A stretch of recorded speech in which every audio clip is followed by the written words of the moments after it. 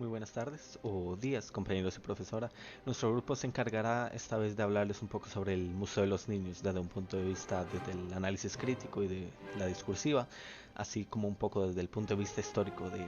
cómo se ha hecho quizás un aire a veces hasta temible de la antigua penitenciaría que fue transformada, así como en Costa Rica es bastante común la transformación de distintos edificios hacia el eje más educativo. Así que veremos eso en diferentes aspectos dentro de poco. Bien, comenzando como primer punto a destacar es que el Museo de los Niños tiene una gran importancia educativa, especialmente a la hora de como muchos costarricenses, especialmente en edades menores, siendo tanto desde niños hasta preadolescentes, adolescentes incluso, se digamos adquieren nuevos conocimientos a través de las distintas formas que ofrece de la didáctica este museo, digamos, al ofrecer recorridos, exposiciones que están cambiando constantemente y que aportan siempre un nuevo tipo de conocimiento y que va mejorándose tanto a sí mismo como el tipo de conocimiento que aporta hacia los estudiantes. Otro punto sobre esto es que además el museo está muy conectado a la comunidad y por eso mismo se va desenvolviendo o va avanzando y va adquiriendo nuevas formas de transmitir el conocimiento a las nuevas generaciones. Ahora bien, este punto de la didáctica no tiene que ver simplemente con su estadía actual, sino también con su pasado histórico. Y es aquí que vemos como en su forma penitenciaria, en aquellos tiempos cuando el museo, siendo prácticamente una cárcel, tenía un aspecto casi fantasmagórico y a veces atroces de muchas formas, con rumores estando siempre alrededor de este. Al final es además este mismo pasado el que ha contribuido al desarrollo de esta forma educativa y didáctica que tiene. Si bien, por ejemplo, en 1979 fue cuando realmente ya se abandonó un poco el uso de la penitenciaría, gracias a la visita de la primera dama de Costa Rica al Museo de Niños de Venezuela, fue que hubo realmente una inspiración de crear un proyecto en Costa Rica donde las exposiciones fueran algo más tangible y algo con lo que se pudiera verdaderamente interactuar y que los niños pudieran aprender de forma sustancial. También queríamos ahondar un poco en el aspecto arquitectónico que hace, digamos, tan reconocible el Museo de los Niños. Y es así como vemos, digamos, esta forma que tiene, casi como amurallada, ya desde el siglo XX en el que se empezó a usar como cárcel. Esta da definitivamente un vestigio de cómo eran hechas las murallas, especialmente en las fortificaciones que estaban cerca o relacionadas directamente con lomas y colinas, entonces le da un carácter muy defensivo a su parte arquitectónica. Asimismo, los pabellones tienen un estilo más radial y panóptico, que es más remanescente del siglo XIX y definitivamente le da un toque que lo hace lucir bastante, por lo menos enfrente de todos los edificios o otras viviendas que hay cerca en el lugar en San José.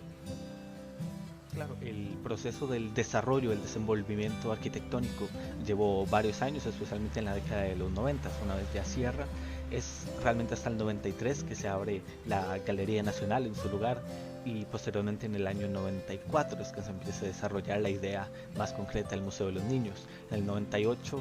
el Auditorio Nacional empieza a tomar lugar y luego el complejo de jóvenes empieza a desarrollarse a partir de 1999 y es así como se va conformando esta vista un poco más colorida y digamos tan compleja que hay ya dentro de del edificio del Museo de los Niños. Y directamente desde la parte arquitectónica pasamos un poco más a la vista del diálogo o digamos que podemos extender o más o menos intercalar ya con el texto que se ve tanto desde las fotografías ya como viendo al edificio en sí, ya que aquí es donde empieza el discurso. La permanencia, por más educativa que sea, de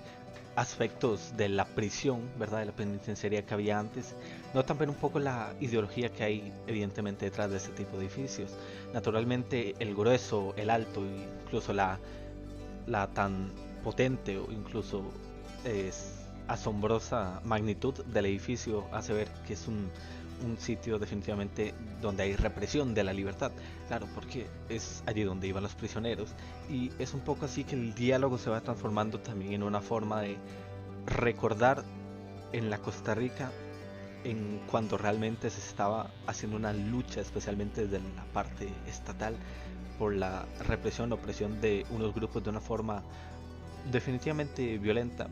inhumana. Habría que discutirlo más. Sin embargo, definitivamente es algo que ayudó a generar un poco de las vistas de que esta fuera más atroz o que fuera a grandes puntos algo que no debería volver a repetirse. Además, la intimidación misma que causa no solo la parte de intentar alejar el exterior del interior y a las personas que están dentro, sino incluso la magnitud en la que se alza el museo es bastante imponente definitivamente a la vista del espectador, incluso desde la entrada que tiene ese propósito como de un lugar de alta seguridad. Aunque claro, el discurso comienza a cambiar conforme se le dan más colores y se intenta hacer ver más como casi como un castillo de los sueños o un castillo en el que los niños van a aprender incluso de diferentes aficiones, de profesiones, van a aprender un poco de ciencia, aprenden de arqueología y de distintas cosas que más bien les nutre para un futuro en una Costa Rica sin ejército y teóricamente sin guerra. Es más, en la parte de la educación no solo es una educación simplemente sobre conocimientos concretos o conocimientos incluso más modernos o desligados del contexto costarricense. La importancia cultural del Museo de los Niños también se ve reflejada en la parte didáctica, desde que el Centro de Cultura realmente abrió las puertas del Museo de los Niños, esta digamos dinámica que empezó a ocurrir entre incluso las familias, obviando simplemente a los niños, entre las familias y el Museo de los Niños ha creado digamos un tejido en el que la cultura costarricense se empieza a tomar un papel un poco más principal, además en los eventos que tienen o incluso en los mismos métodos de aprendizaje con los que digamos intenta transmitir tales conocimientos. Pero viéndolo ahora un punto menos color de rosas, incluso menos apacible, que considerar también como la narrativa del mismo Estado liberal, el mismo Estado liberal que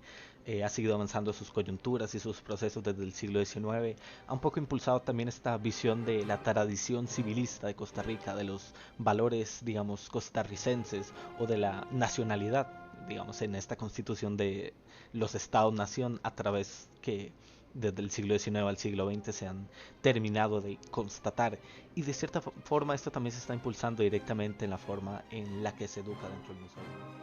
De hecho, esas transformaciones que han habido en el país de prisiones o penitenciarías o cuarteles directamente hacia museos sigue mucho además la lógica de, digamos, presidentes como Figueres Ferrer, digamos, en su clásica forma de ver el Estado costarricense privado de un ejército, o de el expresidente Calderón Fournier en esta narrativa sobre avanzar hacia la luz de un Estado que está, digamos, entre la oscuridad o, digamos, la parte más bélica hacia el avance científico, tecnológico y educativo directamente transformando o dándole más entendimiento al patrimonio nacional, que todo va directamente atado a los nacionalismos y a la misma forma de ver la patria desde un punto de vista más discursivo. Y bien, ahora sí es como empezamos a llegar realmente al entendimiento de la importancia histórica del museo. Vemos que no solo obedece a una lógica meramente de que sea algo viejo en sí mismo, como ya vimos que la estructura tiene sus años y tiene sus mismos procesos históricos y coyunturales de cómo fue cambiando, es que además en esta residen partes de las narrativas, incluso de pensamientos anticuados, incluso no tan anticuados, y es donde podemos empezar a ver el desarrollo o el desenvolvimiento de los procesos históricos y empezamos realmente a entender un poco cómo todo va girando desde el eje social alrededor del patrimonio del Museo de los Niños. Empezamos entonces también a ahondar un poco en esto como un material y como una fuente histórica. Y asimismo las fotografías toman gran parte en esto, dándonos una visión, porque empezamos a preguntarnos por qué fueron tomadas, desde qué punto de vista fueron tomadas, quiénes las tomaron. Y empezamos así también a cuestionar un poco las narrativas que hay. Intentamos interpretar un poco cómo es que las narrativas o discursos que hay en el tiempo presente corresponden a tiempos pasados y empezamos a entretejer entre el aquí y el ahora y el allá y el luego. Y así empezamos a tener un poco de criticidad histórica sobre el asunto. Y por ende, en síntesis y concluyendo, empezamos a ver que estos signos, estos imaginarios sociales que se intentan formular presente al Museo de los Niños, nos hacen ver que es definitivamente mucho más que un museo y definitivamente tiene mayor importancia que simplemente para los niños desde un punto de vista didáctico y especialmente para nosotros historiadores o futuros profesores de historia o estudios sociales. Definitivamente hay un punto muy importante en tener cuidado de cómo analizamos incluso las estructuras, las fotos y aquel material visual, ya que este mismo sigue siendo un texto y el texto siempre requiere de un diálogo para poder realmente comprenderlo.